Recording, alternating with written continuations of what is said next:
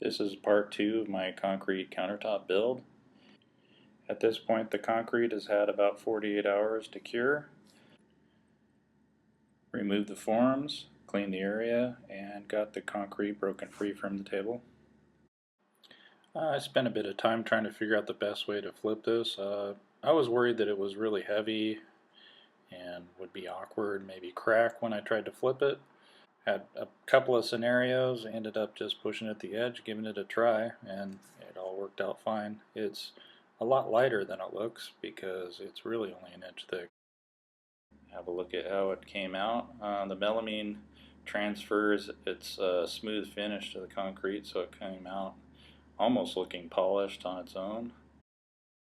Started cleaning it up, brushed it off, and then took some alcohol and rubbed it down. It's more because I have Canuba wax on the form and some of it may have transferred to the concrete, make it more difficult to seal. So yeah, just remove that.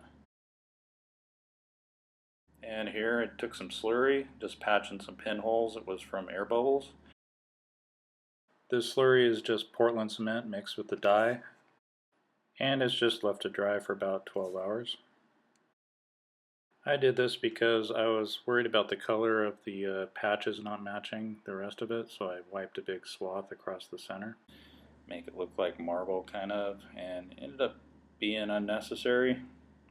Found that the color matched perfectly, and after sanding it down, you can't even tell where I patched it.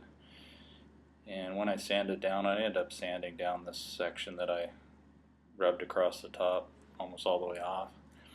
If you don't have to patch it, I think it would be ready to go as is. There's no need to sand it. It's pretty smooth and shiny.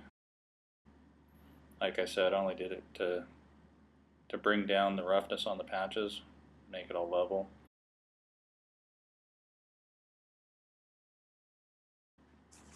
And here's me putting that big swath across it. Like I said, it was just cosmetic.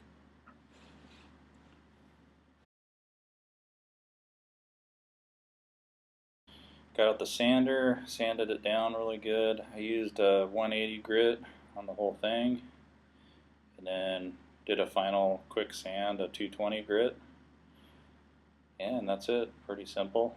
220 grit makes it look pretty polished as it is, but I wasn't going for a high gloss or anything, just the look of concrete.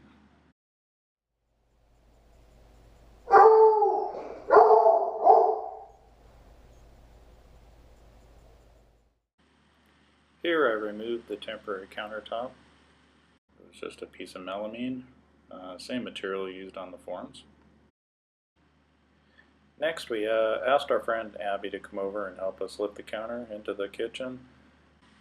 After getting it in, we realized it would have been pretty easy for two people to carry the countertop in. Yeah, just brought it in, laid it on.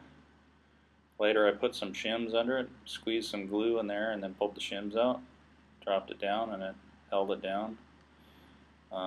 Made some metal brackets for the back where the breakfast nook overhangs for a little added support. Yeah, it came out pretty nice.